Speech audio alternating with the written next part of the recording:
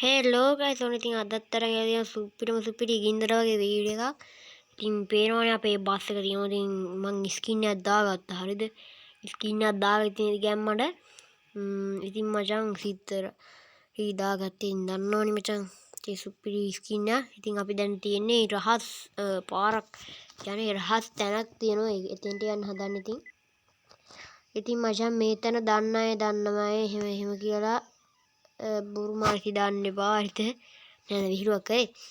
ඉතින් දන්න අය මචං මේ දන්නවා කියලා එක කියන්න එපා. මට මොතකේ හැටියට නම් මේ පැත්තට හරිද.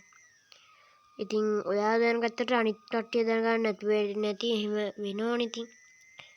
එහෙම කියලා ඉතින් මට බනින්න එපා හරිද. ඉතින් මචං මේක රහස් පොට්ටක් හරිද.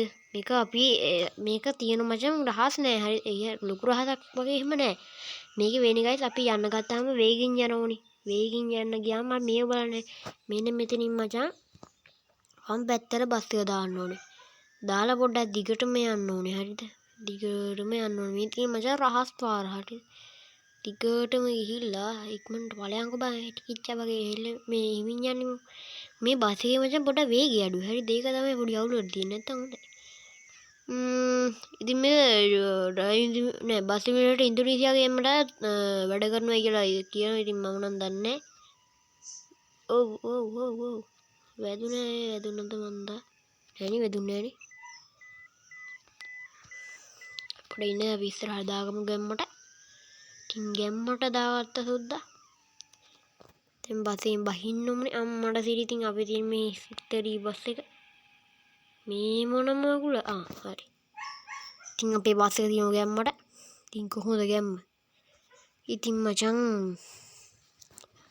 මේ තියෙන අපේ පොට් එක හරිද. මේ තියෙන අපේ පොට් එක. අපිට මෙතනින් යන්න බැහැ බෑත් වලට.